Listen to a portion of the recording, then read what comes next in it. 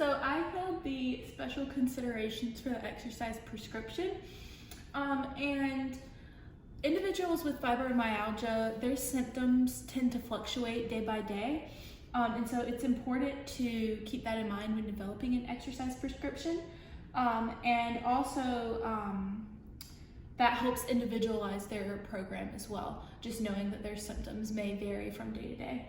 Also, you should keep in mind like what the individual is capable of, and so you will base your exercise prescription off of the types of tests that you do will be a reflection of their capabilities.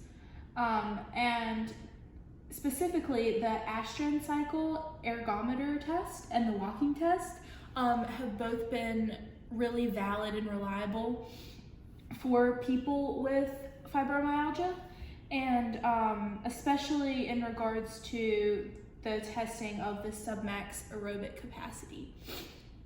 Also, the 1-rep max test, the 1-rep max test has also demonstrated to be reliable when assessing their capabilities in strength. Pain and fatigue levels also should be monitored throughout exercise testing, and if the patient gets overly tired or fatigued, then the test should stop immediately.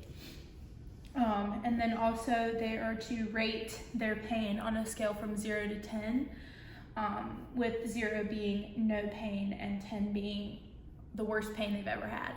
And then the Borg scale can also be used to track their level of perceived exertion as well, which is important because it allows us to maintain a baseline for their training, and that way we can compare like from the beginning of the prescription how much they feel they're exerting versus the end of the prescription, and hopefully that number will go down.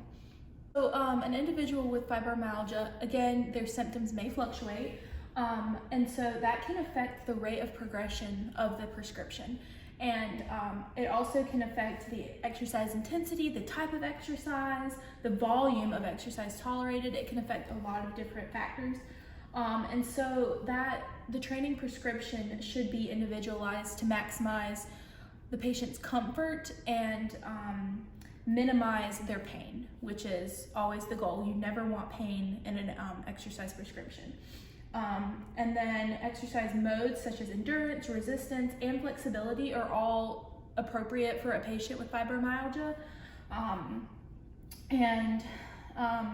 It could even help their symptoms become less severe, which is really important. And it also can increase their physical fitness. And patients with fibromyalgia must learn how to use their subjective pain ratings to adjust the intensity and volume of each exercise session. So again, that's kind of going back to the Borg scale, just knowing how much they're exerting and knowing their physical limits, and that will help their exercise session to be more successful. And then this is just the last slide, kind of a continuation. It's important for patients with fibromyalgia to stay physically active. That's very important, especially when their symptoms are flaring up, because that will help with their pain, believe it or not. And that just helps maintain their baseline fitness as well. And in order to prevent injuries and potential flare-ups with their symptoms, patients must be sure to use the right techniques for exercise in order to avoid getting hurt or injured. And the most beneficial thing for patients with fibromyalgia is a multimodal exercise program. And that basically entails aerobic training, strength training, flexibility exercise, 3 times a week for 7 weeks, for 30 to 60 minutes per session. With aerobic exercise intensity, 57 to 75% of max heart rate, and resistance training load of 40 to 80% of 1-rep max. And those statistics are straight from the textbook. And then the frequency of exercise, it's important for them to start out low and go slow, that principle of progression. And so it's important to start out at twice a week for a shorter amount of time, so 20 to 30 minutes. and then they can progress up to 3 times a week, and go up to 30 to 60 minutes or whatever they feel comfortable with. But the most important thing is to avoid pain and to avoid fatigue in their prescription.